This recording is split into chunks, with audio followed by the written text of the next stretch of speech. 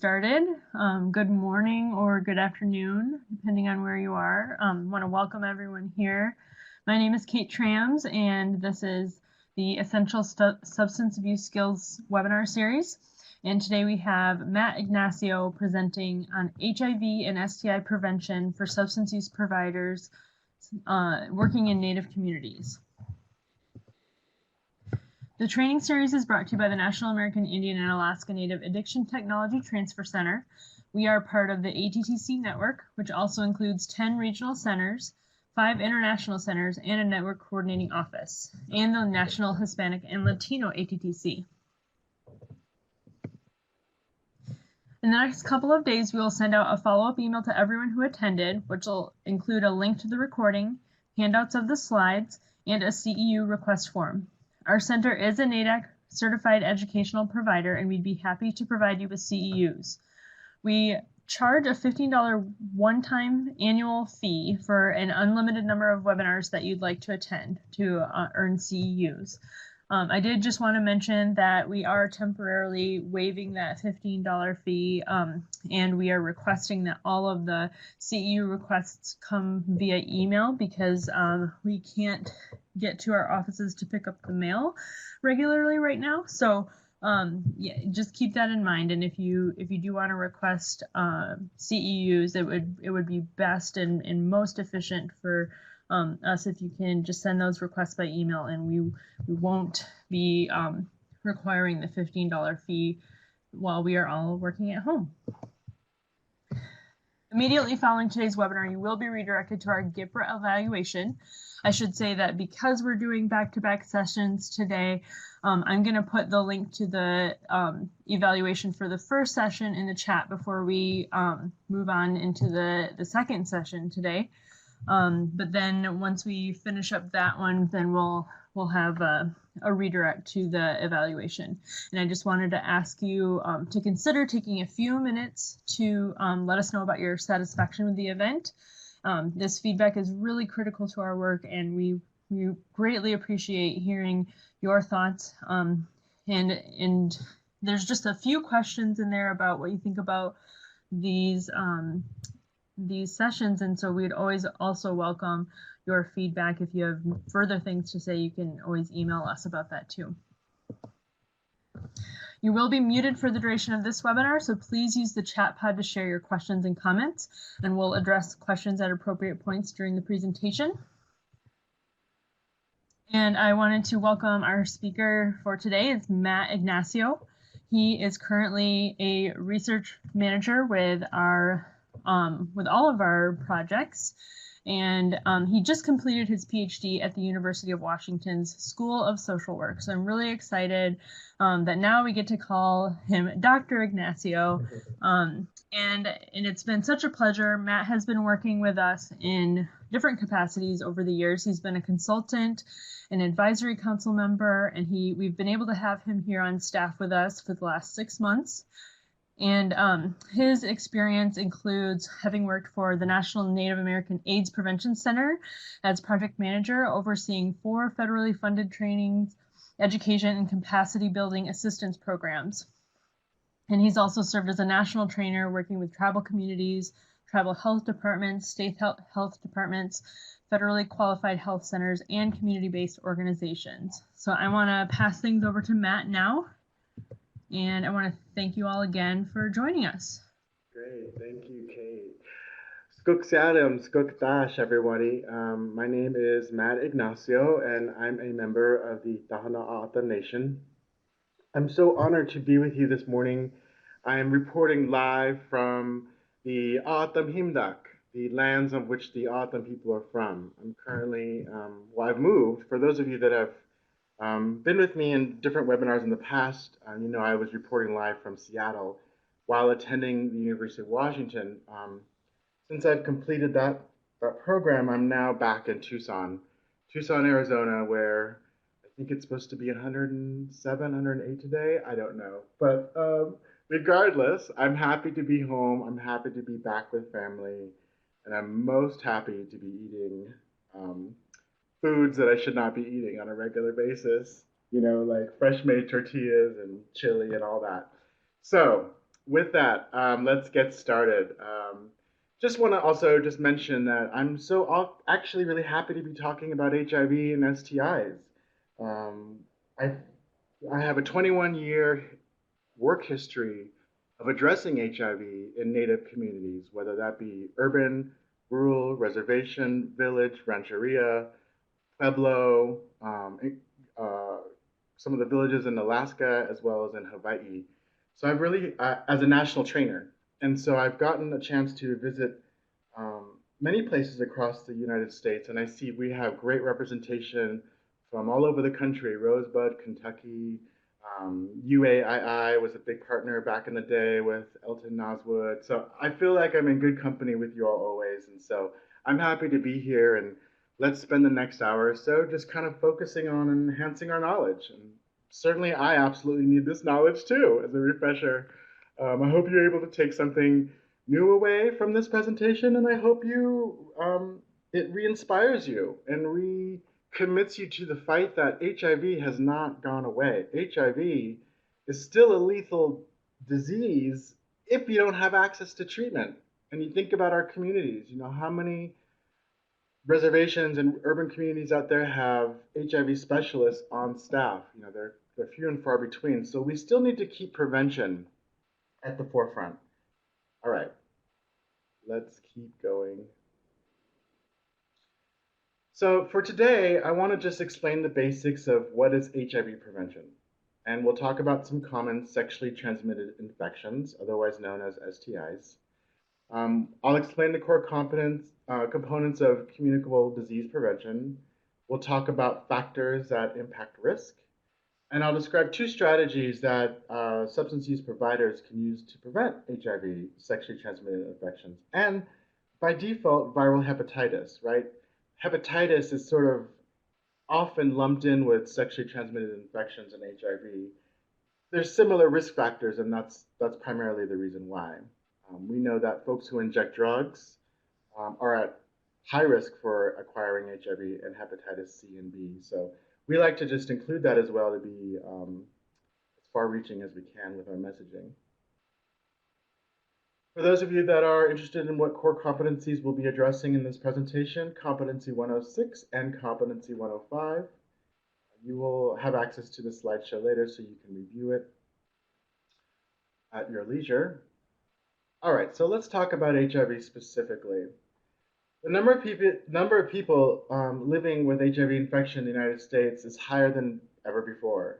About 1.2 million people in the United States were living with HIV at the end of 2012.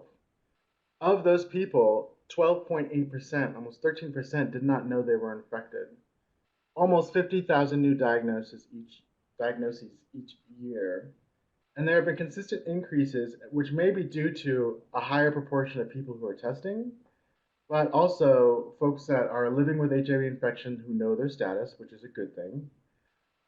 So with that, folks are living longer with the new treatments that are on the market. And becoming infected with HIV than the number of people who die each year with HIV or AIDS. In other words, the people who die is less than the people who are becoming infected because treatment is available. And we can talk about medications in terms of like pharmaceuticals as one intervention, but we also know the tried and true basics around condom use, around encouraging folks who don't want to use condoms to maybe consider using lubricants as a way to prevent friction and tears on the skin. And we also know that syringe exchange programs are an excellent way to prevent the spread of diseases such as HIV and hepatitis C. By region, you can look at the proportion of HIV that's affecting the continental United States, and by far we see that the southeast region, has accounts for the largest proportion of where we see HIV in the lower 48. I can think of a number of reasons why that is the case, just from my own personal historical experience.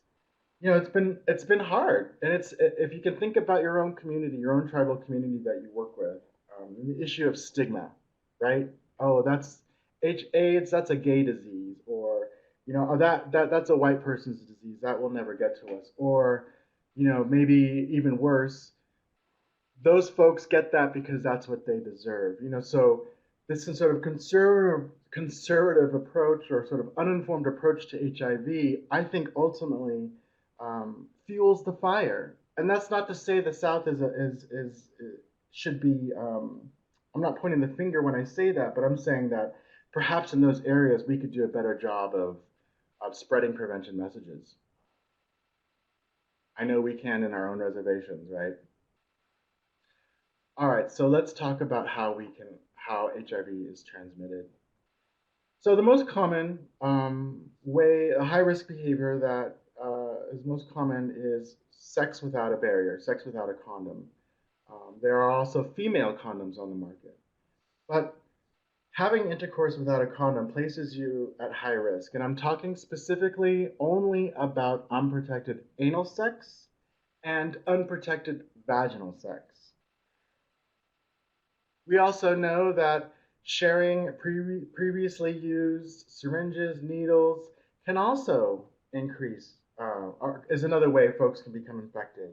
If we have one person who is HIV positive and is injecting drugs, and there's only one needle to go around, and they're using it, and the next person after them uses the same needle, well, we're basically potentially ejecting HIV virus directly into that second person.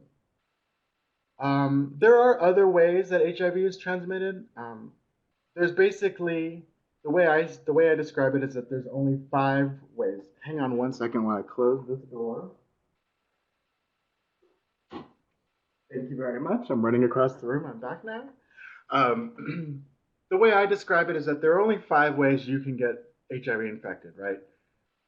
Unprotected anal sex, unprotected vaginal sex, reusing syringes, use syringes.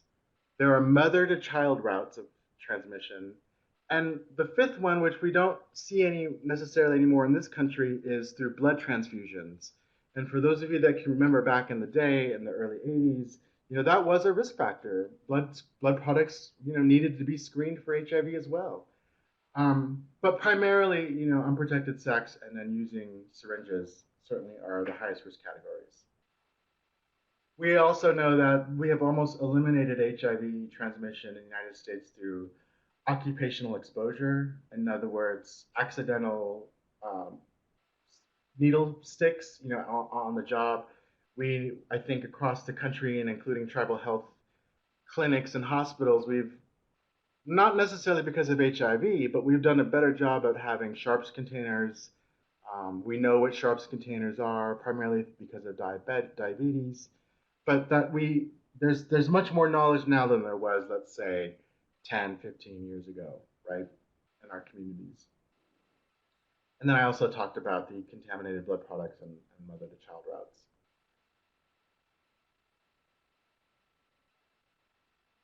There is a sequence of events with regard to HIV infection. So acute infection can last days to weeks.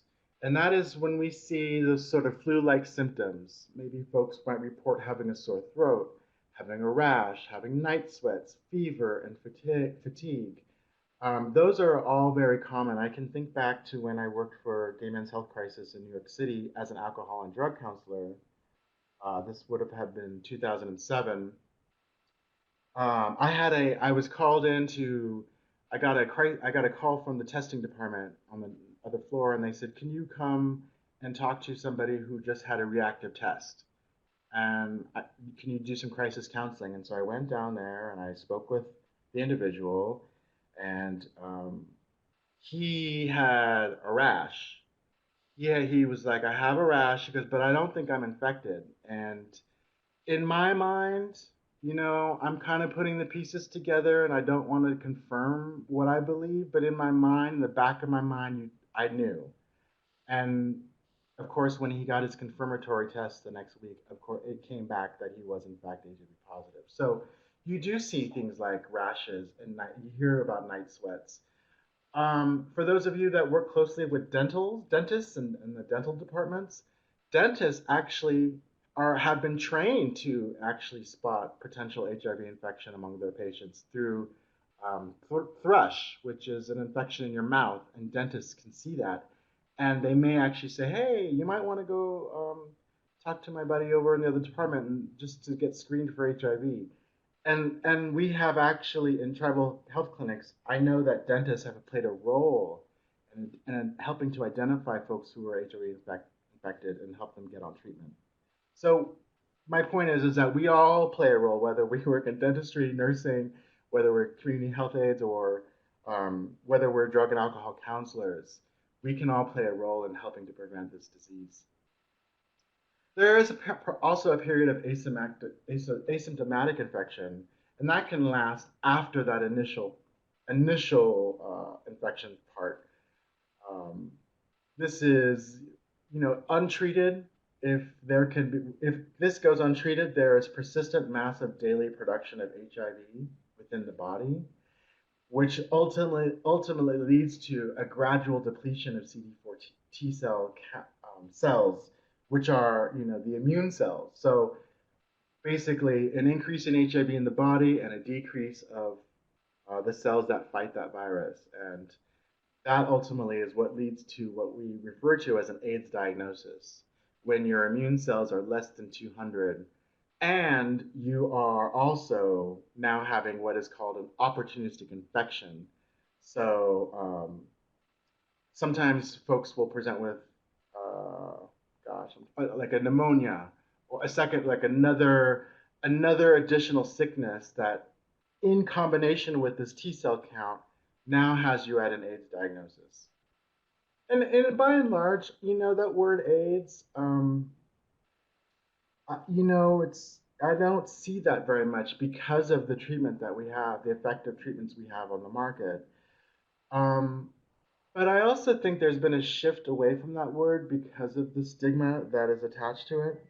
And so what I hear other clinicians say is like advanced HIV disease, as opposed to saying, oh, that person has AIDS. Right? You could say this patient has advanced HIV disease, and that's a little bit less, I guess, could sound a little bit more humane, if you will, right? This is a very famous slide. It's called the treatment cascade. And what it's really showing you here is kind of where the work needs to happen. If you look in the first column, you can see that in this slide, 1.1 million folks in the United States are infected with HIV. In the next bar over, you actually see that of those 1.1 million folks, only 874,000 actually have gotten their test results and know that they are HIV positive.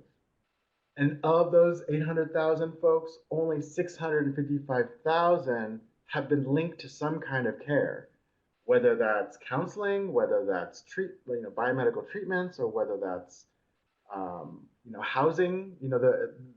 You can see the proportions getting smaller and smaller. Even further, less so, 4,370,000 people actually are retained in care. And part of the thing about HIV treatment, the medication, is you have to stay on it consistently in order for it to work. So we want folks in care, and think about the folks that are linked to care and the folks that are not, you can see the dip in numbers of people who get lost in that system. And so right there is a great indicator of the work that we could be doing, right? Encouraging folks to remain in care, encouraging folks to um, return to their follow-up appointments, etc., and so on and so forth. And if you look down at the very bottom bar graph, 200 out of the 1.1 million folks who are infected with HIV, only 209,000 actually are adhering to their HIV meds and are undetectable. Which is, if you are undetectable, if HIV is undetectable in your body, that means that it's very difficult to transmit it to somebody else. And so we want all the 1.1 million folks. It's almost like we'd rather see this bar flipped, where it's lower on the left side and higher on the right side. And so we can see where this is a roadmap of the work that we all can play a part in. Treatment as prevention. Research has shown the values of antiretroviral therapy, otherwise known as ART. The medications on the market are powerful. Again, if you can think back to the days of, let's say, the mid 90s, I believe it was 95, 94, when the first medication was FDA approved, or clinical trials were beginning, and then shortly thereafter, FDA approval for the first medication on the market in the mid 90s. That we were talking about cocktails. We were not those kind of cocktails. We were talking about pill cocktails that folks who were in those days living with AIDS and sort of HIV infected and needing to take medication, you know, handfuls of pills were needed. This day and age, that's been reduced down to one medication. Um, and so we've come very far, and the effects of it are very high, and they're very successful in treating HIV. A person not living with the virus now, and this is important, can take HIV medications to protect themselves from infection. So, in other words, the medications have gotten so good that if you are HIV negative, and let's say you're a sex worker or you are somebody that is in multiple relationships or has multiple sex partners, I believe this has been tested among homeless folks. If you're marginally housed and you're HIV negative, you can take the same medication and it will have sort of like a preventative, I wouldn't say vaccine. That research is robust and taking place as we speak, and we're not there yet. But we can take the medication as a way to help prevent becoming infected. And that's an individual choice everybody has to make and should be made with thoughtful counseling and support and guidance. Linkages to care. I mean, this was huge in Indian country, in the early 2000s because stigma was being reduced in tribal communities. More people were becoming aware of the fact that they needed to increase their services. They needed to increase testing. And so think of any tribal clinic who wanted to now start testing for HIV. Well, the next logical question for that agency is like, well, what happens when we get somebody who's positive? Then where do we send them? So this linkages to care is really critical in Indian country.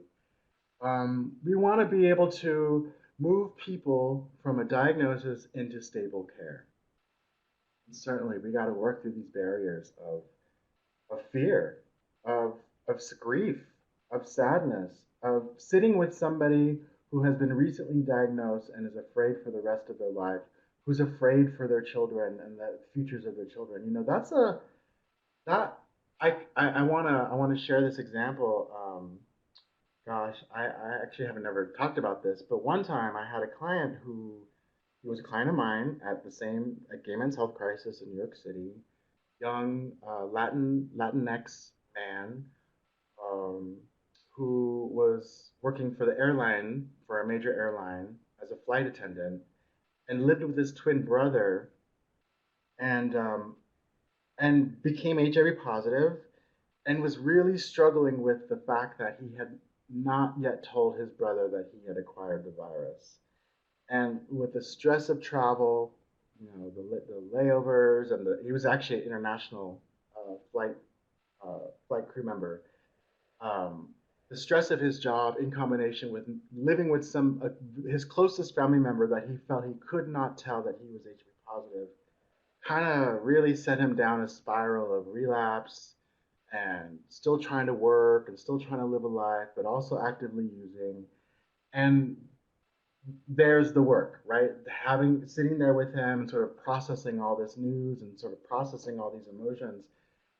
So getting back to the slide where it says working through barriers, I mean that's more than what it says. And if you're a counselor and if you are passionate about the communities you work with, for me, I enjoyed doing that work. I enjoyed being a supportive shoulder and a supportive force for this individual.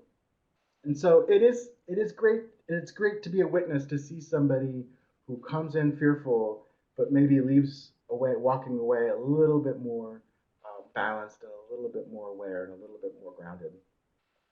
Certainly, we got to work through with regard to linkages to care, administrative barriers, navigating environmental barriers. There may not even be an HIV specialist in your area. How do we navigate that? Um, Looking at and vetting different available options in the community. There may be issues with insurance and affordability.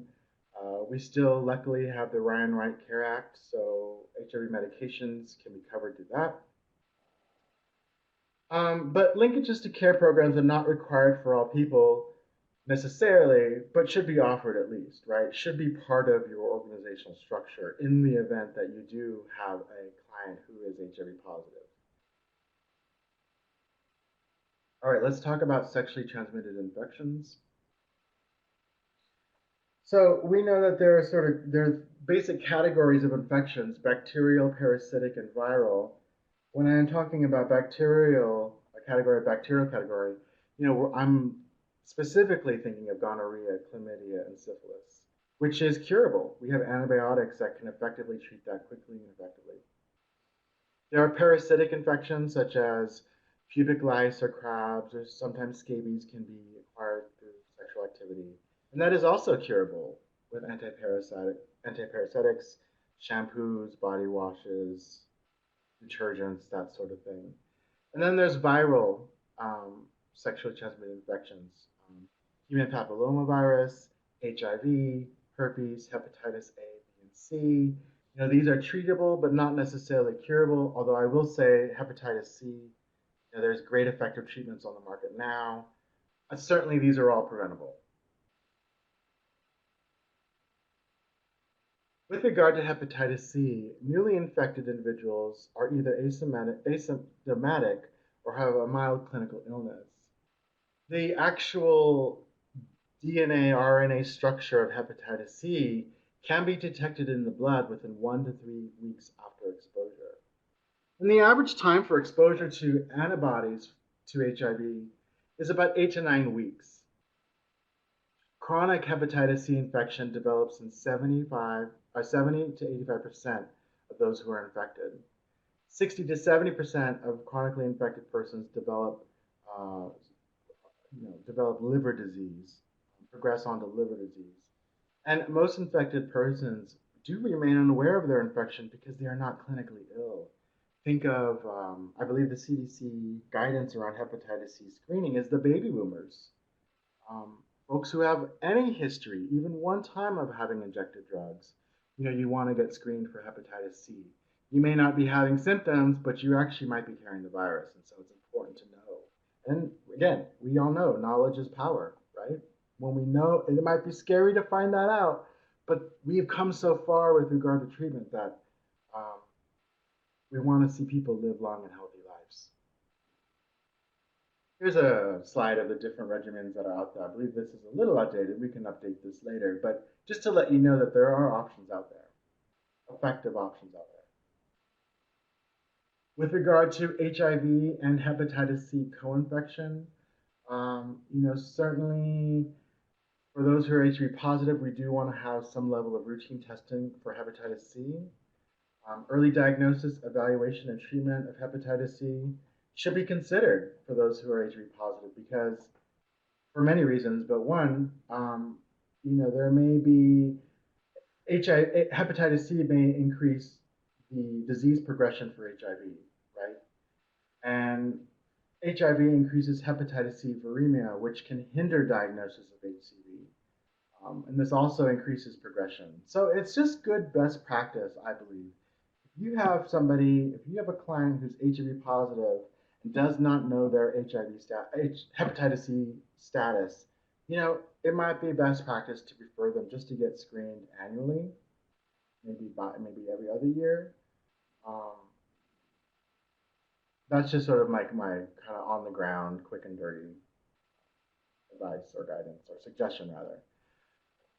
Hepatitis prevention opportunities in existing programs. So all programs, clients need education, risk screening, and counseling. And this can be done, this can be done in the privacy of an office. And we can also help with developing materials. If you're in the situation and you want to start providing hepatitis prevention, or at least engaging in these discussions, we can certainly help assist with that. You can reach out to me directly. All right. I'm going to pause here if anybody has any questions. Great to see everybody on the call. Thank you for sharing where you're from. It's nice to see the different nations that are represented, communities that are represented.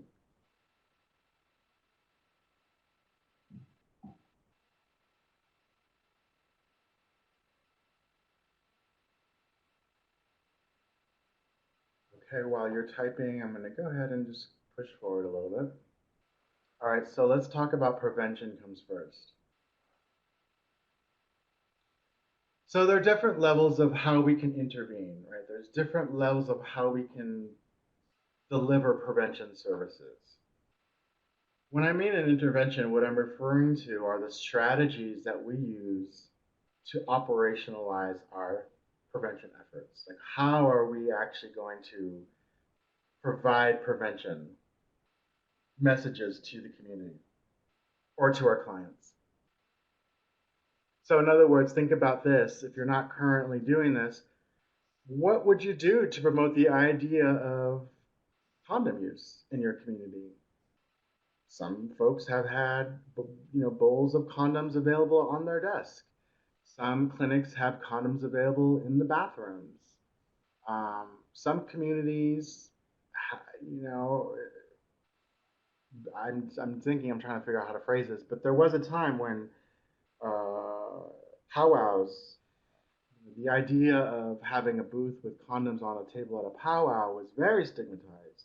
So now we see actual powwows in and of themselves that are HIV prevention powwows that have a theme of raising HIV awareness in the community in the form of a powwow or community gathering or potlatch or community celebration. And so, we can be creative in the ways we think about this. Okay, so I have a couple questions here. Let me see. Shara Lani says, we usually set up free condom containers and we provide them in the community center bathrooms. Yep, exactly. Marcida says, is there a Native American evidence-based curriculum for STI prevention for Native American youth that you recommend to use? I can think of right now, off the top of my head, what is the name of that program? It's out of Portland area Indian Health Board. And there's a native, I want to say native stand, although I don't know if that's the HIV specific one, but I know Portland area Indian Health Board has been doing this work for a while, and if I'm not mistaken, has actually a website and web pages with resources specific to Native youth. So please check that out. Okay, and if that's not helpful, please reach back and I will be happy to follow up with you. Okay, so we just had another hand up, Rafaela. If you wouldn't mind, Rafaela, please, uh, if you wouldn't mind typing your question in the chat box, that'd be great. Yep, healthy native youth. Great, yes, wonderful. So back to interventions. Interventions are the opportunity to directly connect with individuals, communities, or systems that are creating risk. And so we want to be able to eliminate, reduce, or mediate that risk. Interventions always try to change something. And in this case, we're trying to prevent the acquiring a deadly disease, HIV. So what is most effective in structural level interventions? Think of your policies and procedures. Think of your board members. Think of your agency mission. Think of your agency goals. Do we need to revise those? Do we need to revisit those to be inclusive of those who are at risk for HIV in our community? That's what we would think of as a structural level intervention. With regard to a quote community level intervention, what we're trying to create or affect changes around community level norms. Think of stigma. Stigma is a huge one. Stigma, again, back to what I was saying earlier around AIDS being a gay disease or AIDS is a white people's disease. Those are community level beliefs that are inaccurate. And so what we want to, at a community level intervention, we want to change those community level norms and beliefs. In a group setting, a group level intervention, we're focused in around individual behaviors through group settings. Group work is actually my favorite approach. I really do love working and doing group work. And it is really gratifying to see folks walk in the room in a 12 session group and leave 12 weeks later feeling much more connected, having made connections, and coming in feeling isolated and alone, and then walking out at the end of the intervention feeling like I have, as they say, I now have friends in this fight with me. And that in and of itself, I mean, that gives me goosebumps. That is so beautiful to be a witness to, and I take that very seriously, and I'm always honored when to be part of group work. And then, of course, individual level interventions. When we work one on one with folks to maybe figure out ways we can, you know, a common approach is talking about barriers to condom use. What are your beliefs about condoms? Is there why? What are the reasons why you're not likely to use a condom when you engage in sexual activity? Um, Maybe educating someone who injects drugs on how to you know clean the skin before using a syringe, injecting through with a needle. The important steps of making sure that the skin is clean, so that way we're not getting infections at the injection site, or even worse, seeing abscesses, wounds on the skin. Wound prevention. That can take place on really any of these levels, but I feel like those conversations have been really powerful on the individual one-on-one basis. So which do you choose, right? We got to think about, or think. I invite you to think about your community and risk populations that are within your community. What is the appropriate approach for them? What are the issues? Let's look at the science. What is most effective, and what's most affordable, and what's most doable? For example, individual interventions are expensive, but they are effective, right? That takes time. If you're scheduling back-to-back one-on-one sessions with folks, you may only get to, let's say, 3 people a day. By the time you do your notes, take a break, have a staff meeting, you may only see 2 to 3 folks a day, maybe more, but that's a consideration, time, right? Group level interventions, in contrast, you're able to reach more at one setting, but they can have marginal effectiveness. You may not be able to build that relationship with each individual in the room, especially if you're running open groups where folks can come in and out as they need to. You may not have the same number, the same people you start with may not be the same people in sessions 2, 3, 4, 5 going. If it's an open group format. And community level interventions absolutely reach more people, but they do take longer, primarily because depending on your organization, folks may not trust you. And so that trust building is going to take time in and of itself to then be, kind of create any change there. But it is doable, and we have ways of doing that. In the research world, we know that community-based participatory research is an effective tool, an effective approach, an effective method we can to respectfully work with tribes and tribal entities. And structural level interventions, ultimately produce lasting change and can ultimately address root causes and social determinants of health, like uh, I'm thinking of. So one structural change that I know an organization did was they changed their hours of operation. Instead of having a clinic that ran 9 to 5 Monday through Friday, they actually had evening hours and weekend hours. Limited weekend, limited evening hours. But it was another way to be able to provide services to those who worked full time. I know other organizations, non-native and native both, have on-site daycare so that mom and dad can get the health care they need while their kids are there on site and they don't have to worry about childcare. Other health clinics offer transportation. They'll come pick you up and bring you to the clinic so that way you don't have to worry about getting a ride or having gas money and that sort of thing. So this is just an example of the different ways that we can address HIV and sexually transmitted diseases. infections in our community. So one does not necessarily lead to the other. So because folks may have had a high risk situation where they may have engaged in unprotected sex or they may have shared a contaminated needle, excuse me, a used needle, that doesn't necessarily mean they may have been exposed to HIV. And folks who may have been exposed to HIV, maybe through unprotected sex, that doesn't necessarily mean that HIV has been transmitted. We know that there have been some folks who have lived with the virus or have been exposed to the virus and then they did not become HIV positive.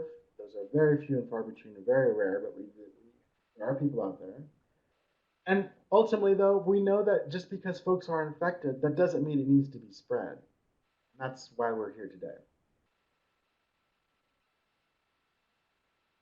And this is what brings us all to our group, right? Talking about substance use um, counselors, substance use treatment providers, and how we can conduct HIV, hepatitis, and sexually transmitted infection prevention through individual and community practice. I'm just thinking back to that youth question, Cheryl Lenny. That's such a great, I think of generations, right? The young folks who now I don't think, I'm maybe, I'm just, this is off the record, I'm just sort of speaking off the top of my head, but it would seem to me younger folks now, this day and age, would not have the same level of stigma and fear as someone my age or someone older that kind of lived through those days of the 80s and the 90s and the 2000s. They weren't, there's no burden of that experience that they carry. So, in other words, they're probably much more open to learning about this and hearing about this, and hopefully um, changing their behaviors or increasing their prevention behaviors. But let's get back to why substance use providers? Why us? Why you all? Why this would matter? Well, you have experience, professional training experience with behavior change. You understand that change is a process. You understand that everybody's different, and you understand that you can be helpful at anywhere along that process. Somebody is in need. You have engaged with high risk clients daily. I didn't put this in here. The CDC, as of 2019, you can go to the website now. The CDC actually names alcohol and drug use as an HIV risk factor specific to American Indian and Alaska Natives. I'll tell you why. The data indicates that American Indians and Alaska Natives tend to initiate alcohol and drug use at younger ages, tend to use them in higher quantities, and tend to be more at risk for substance use disorders, all of which are, if you think of using alcohol, right, or any drug, your judgment is impaired. So put those two things together, the fact that drug and alcohol use has an effect on your decision making, in combination with the fact that American Indian Alaska Natives, according to the data, start using younger and use more in higher quantities. Put those together, and now we have, how would you say, I would increased need to continue these discussions with the folks we work with. And substance use providers can instill a sense of accomplishment. You see the self-improvement and value health-seeking behaviors in the clients you work with. And that's so important, right? That supportive, almost cheerleading-like voice is rare on this subject matter. Clients may go home and may have a sexual orientation that's not, or gender identity, gender expression that's not valued at home, and so they may not have the support.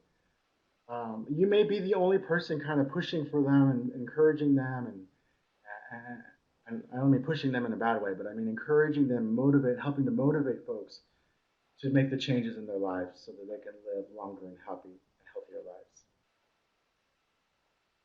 And we know that substance use providers, you can address injection drug use squarely, and you can make the connection on why HIV, is important for those among the community, and you can navigate those discussions. And we can also provide resources on that, specifically around injection drug use in Native communities. I can. So you can feel free to, if you're in that situation now where you're working with injection drug users, Portland Area Indian Health Board has been a leader in the country. There are tribes now that actually offer syringe exchange at their tribal health center. Pasquayaki does and has for many years. They also have medication assisted treatment for many years there. So it is happening around the country, and we can help connect you with those folks so that if you're interested in implementing these interventions, you can have some guidance around that. Moreover, why substance use service providers, people living with HIV require HIV treatment and disease monitoring, but they may be hesitant to access medical care systems. They may require consistent medical monitoring. They may not have insurance or know how to access care. I mean, that could be underlined, that last bullet, where it says know how to, clients may not know how to access care is probably the number one issue you come across. And you can be helpful in that. You may not have the answers, but you can be supportive and you can find out together. And this can be a way of building trust and building a relationship. So use these sort of, I don't want to say barriers, but use these sort of teachable moments to not only educate yourself, to not only educate your client, but also use it as a way to build that trust with them. And, in other words, all service providers can be the bridge to HIV care. Prevention as a core function. Prevention seeks to interrupt the spread of a condition. Substance use and misuse and HIV and STIs and hepatitis C can all be prevented. And prevention is a core function of public health and behavioral health practitioners. And it's sort of like striking this balance, right? Oftentimes we have the medical need and we have the social need, and it's this balance between addressing with regard to prevention. So the biomedical, if someone is HIV positive and is not on treatment, we gotta kind of maybe help address that, while also helping to educate the same person around condom use and around, reducing the number of sexual partners. That might be something that may need to be addressed. And so it's this balancing act. And it's really the art form. This is where the artist and you can come out and be creative. Behavioral interventions examine the individual and communal psychosocial components of behavior. So we want to implement strategies to alter them. Harm reduction is a great behavioral approach, right? Harm reduction is not let all be all, anybody can do whatever they want and use as much drugs as they can. It's working with somebody to address some aspect of their drug using behavior and change it. Like change some aspect of their drug using behavior so that, again, they can live longer, happier, healthy lives. And you can do that on a one-on-one, in a group, on a community, on an organizational, on a tribal. We do it on a state, national, international, global. I mean, we can talk about this. We could have a whole nother webinar on that subject. I think you get the point, right?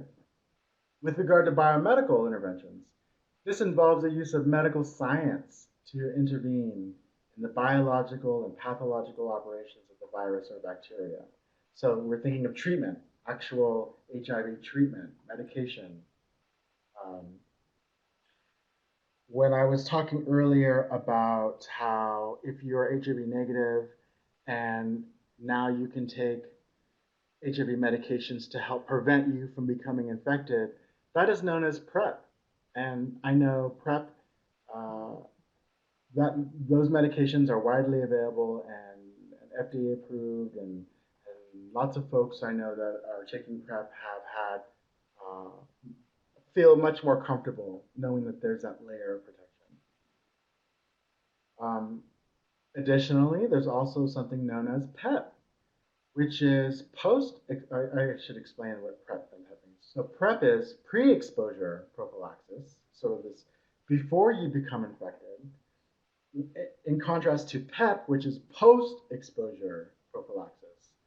So again, the medications, the biomedical interventions are advanced enough, or I should say, there is an opportunity that if you have an exposure to HIV, whether it be whatever the case may be, if you feel like you have been at risk to HIV, you've been exposed to HIV, within a certain window of time, don't quote me on this, I believe it's 72 hours or so, after that exposure, within 72 hours, if you get on the medications, the HIV meds, it can actually help prevent becoming infected.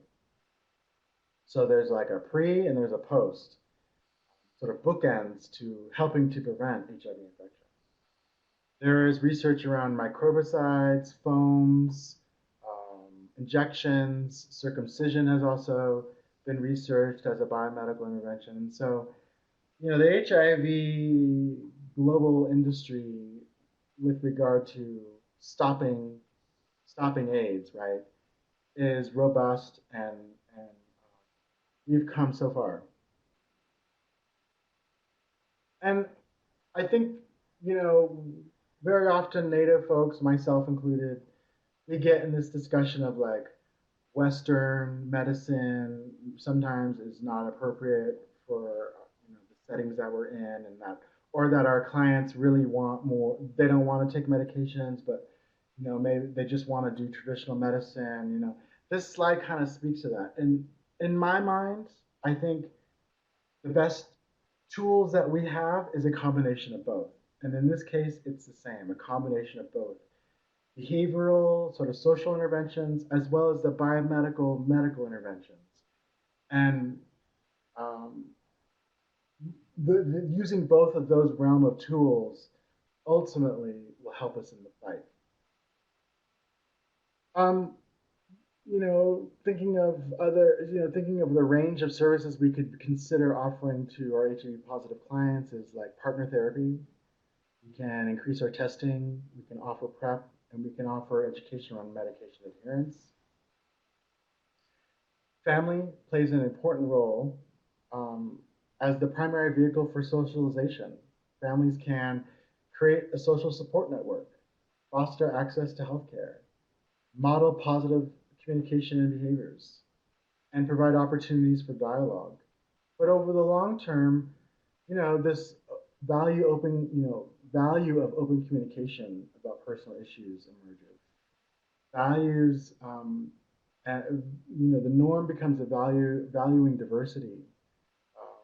It sort of devilifies sex, and it can help combat gender norms. I have a quick example of this.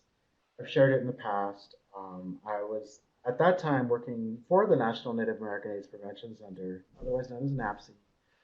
There, I worked with them when they were in the Oakland headquarters. They relocated the headquarters to Denver. I was in the Denver office again at that time. And on the eastern side of Colorado, there was a Native woman who was HIV positive and was sort of at the end of the line with regard to treatment. She had gone through all the different medications that were on the market, and because she wasn't adherent, if you take a medication and you skip a couple days, the virus then has a chance to like it makes the medication unable to work because the virus has sort of worked around the medication, and so it renders the medication useless if you're not consistent with your. And let's just say there were 5 different medications on the market. Well, this particular individual had gone through all the medications, and now none of them were able to work because she wasn't able to stay adherent to any of them. Well, there was one last hope with regard to medications. I believe there was a clinical trial in the area, and she was able to get in and get on that treatment. But there was this concern around adherence, like how are you going to be able to stay adherent to the medication? And at that particular clinic visit, I believe I want to say 7-year-old, 8-year-old daughter was in the exam room with the mom. And, this question of like how, we got to help mom stay adherent, was discussed. But it wasn't until the family returned home. The first thing the little girl did when she walked into the house was ran over to the calendar that was hanging in the kitchen. And she started making an X on the day, indicating that mom had taken her medication. And the days following and the weeks following, the daughter was the one that was going to the calendar each day, making sure mom took her medication, and would put an X on the calendar to indicate that, yes, mom had taken her meds. Over time, thinking back to this family roles, the long term, over time, that support is actually what helped create, help this individual live their life and return and regain their health. And it's a success story, and that would never have happened necessarily. Although I can't say it wouldn't have happened, but it it almost like wouldn't have happened if that young daughter wasn't in the room to kind of think of this on her own as a strategy. And so I share that with you because family is important. Family does play a role in the success. Community also plays a role, right? Communities have a responsibility to establish resources. We got to help create access to those resources. We have a responsibility to create policies that emphasize health, wellness, equal access, and that ultimately and that disavows discrimination. Communities have opportunities to shape norms around sex behaviors, drug use, risk reduction, harm reduction, and gender identities, and the acceptance of different gender expressions and identities. And communities have opportunities to encourage sexual and substance use education in schools. Thinking back to the CDC data that indicates that American Indian, Alaska Native, folks tend to use at younger ages. Well, we have an opportunity, almost an obligation, to to encourage or to implement alcohol and drug education, among younger Native youth. Certainly, we create policies around syringe programs, syringe service programs, syringe access programs, and as we see in communities, urban communities, both in Vancouver uh, and I believe Seattle is trying to make this happen around safer injection facilities. So that similarly, the whole point of syringe exchange was that you could engage folks who are marginally part of the community, folks that had been marginalized. Oh, those are people who inject drugs. We don't want to work with them. But syringe exchange actually was trying to get at that, as an intervention to get at that. By offering sterile syringes, you can then have an individual conversation around, hey, have you heard that we offer treatment? B, are you interested in treatment today? No? Okay, great. Well, here's your syringes. Have a great day. You ask that question each time, so you're making it available. If on that day someone says, you know what, I'm tired of this. Is there a bed available? Can I get into treatment? Boom, you are right there in place to make that happen. Same thing with the safer injection facilities.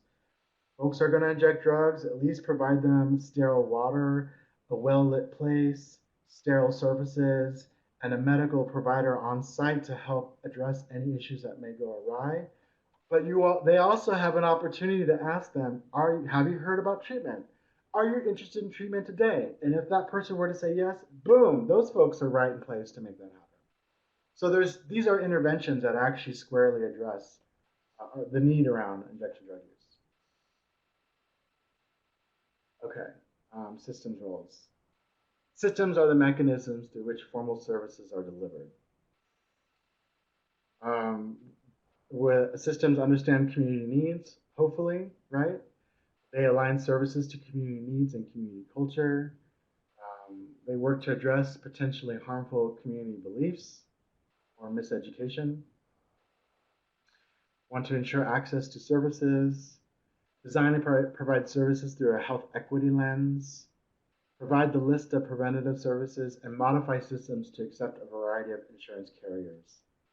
These are for you organizational folks that are looking at which areas that may need improvement or may need to be revisited and refined moving forward. You might also hear of a community viral load. And think of this like look at the community in and of itself as if it were an individual person. Um, just like a person has a viral load, a community can have the same.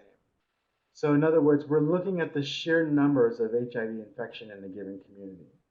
In other words, we're looking at the community's viral load. And what can be done, and ask ourselves, what can be done to lower the community's overall viral load, right? And that squarely gets at prevention and treatment. So what can we do? What can a substance use provider do?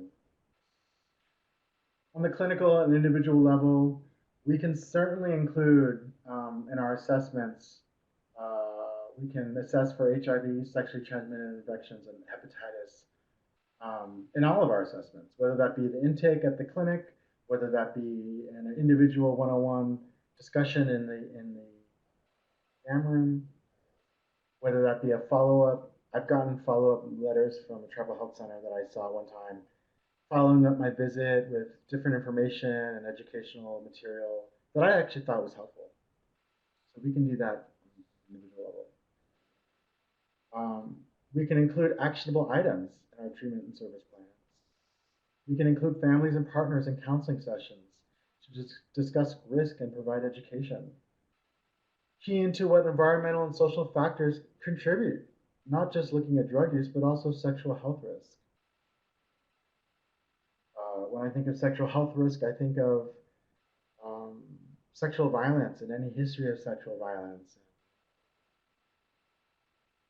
You know, those issues that may be kind of at the core of what's fueling risk behaviors. Right?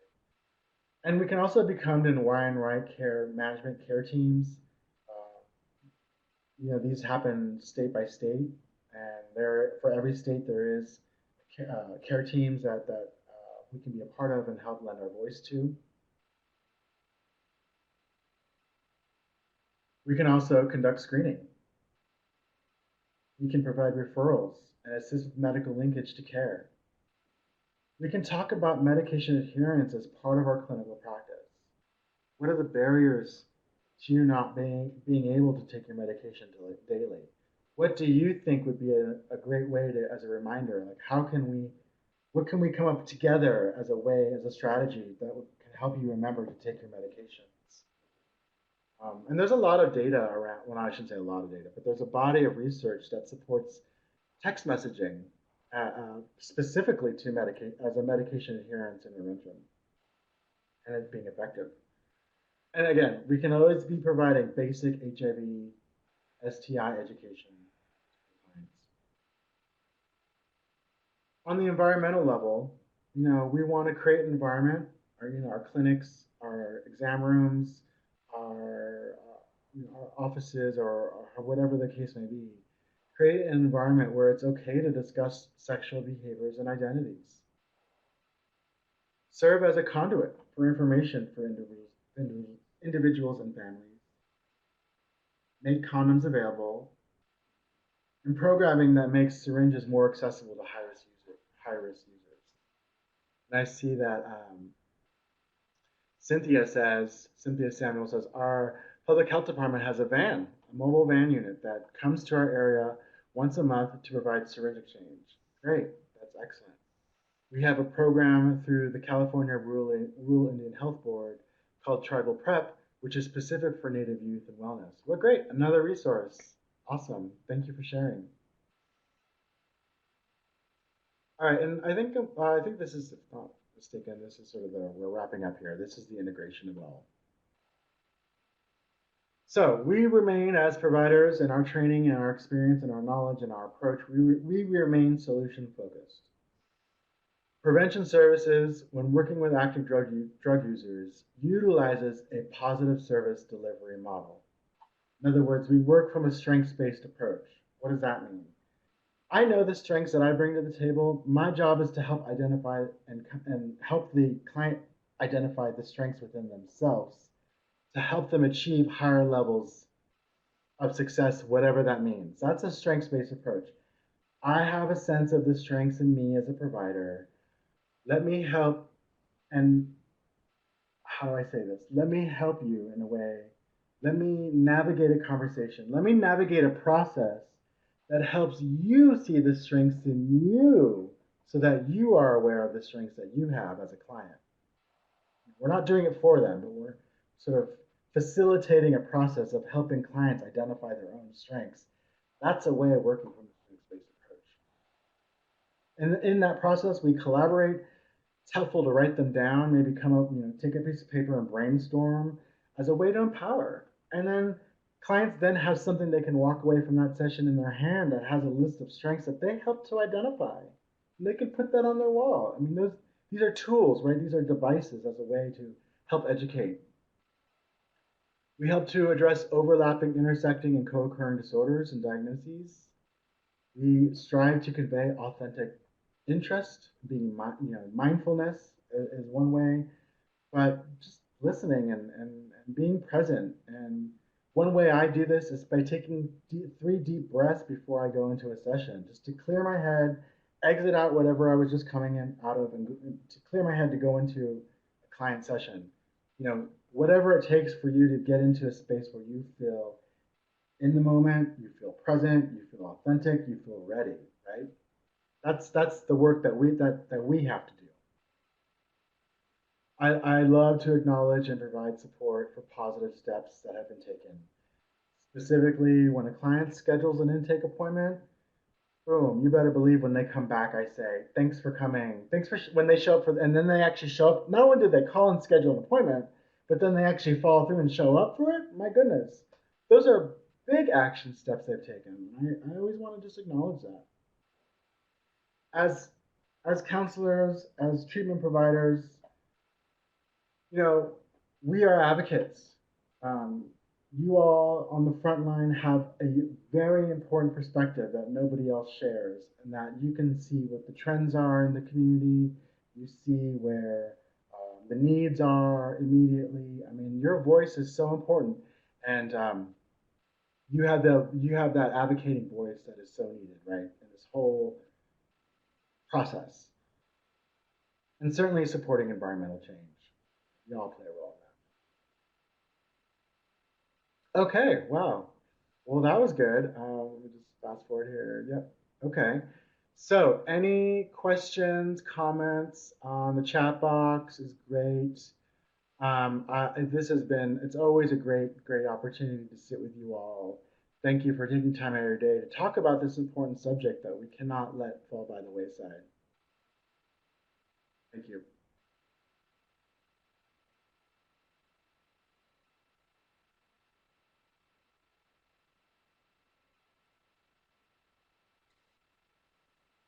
Thank you so much, Matt. So great to hear your ideas for positively impacting the way that people talk about these topics, and yeah, I'm just excited that we have better ways of communicating about these issues without hopefully bringing about more stigma.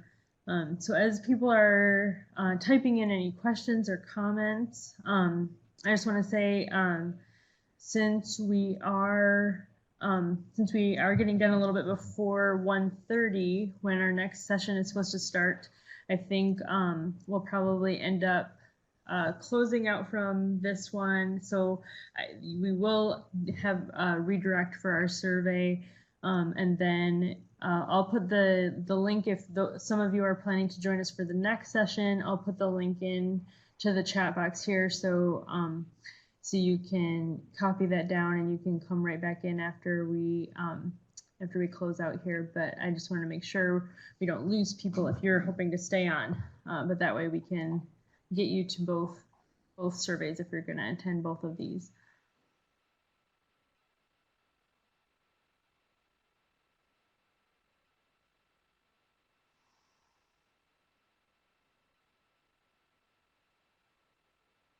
you so everybody. I'm reading the comments. Thank you so much. It's my honor to be here. Reach out if you have questions. We can always keep this conversation going via email. I'm happy to help. I wish you all well. I'm wishing you peace. I'm wishing you positivity. And I'm sending love your way. I'm sending love to your communities, and I'm sending friendship. So thank you very much.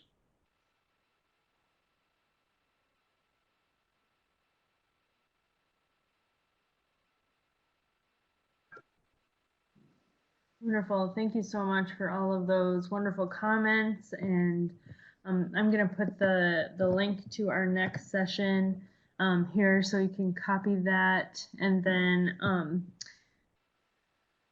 looks like I don't see any other questions, so I think we'll close this out for now.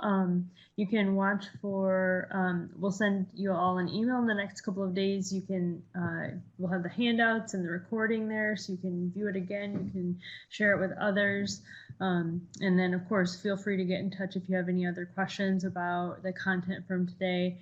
And yeah, I want to thank Matt. Matt, it's always so great to have you on as our teacher. It's I always learn so much from you, and I just really appreciate your thoughtful manner and thinking about how to approach these issues and make people feel loved, and I really appreciate that. So thank you. My pleasure. All right. Well, with that, we're going to close out, and I hope you take a few minutes to take our survey, and then maybe we'll see some of you on here at 1:30 for our next session. Thanks so much.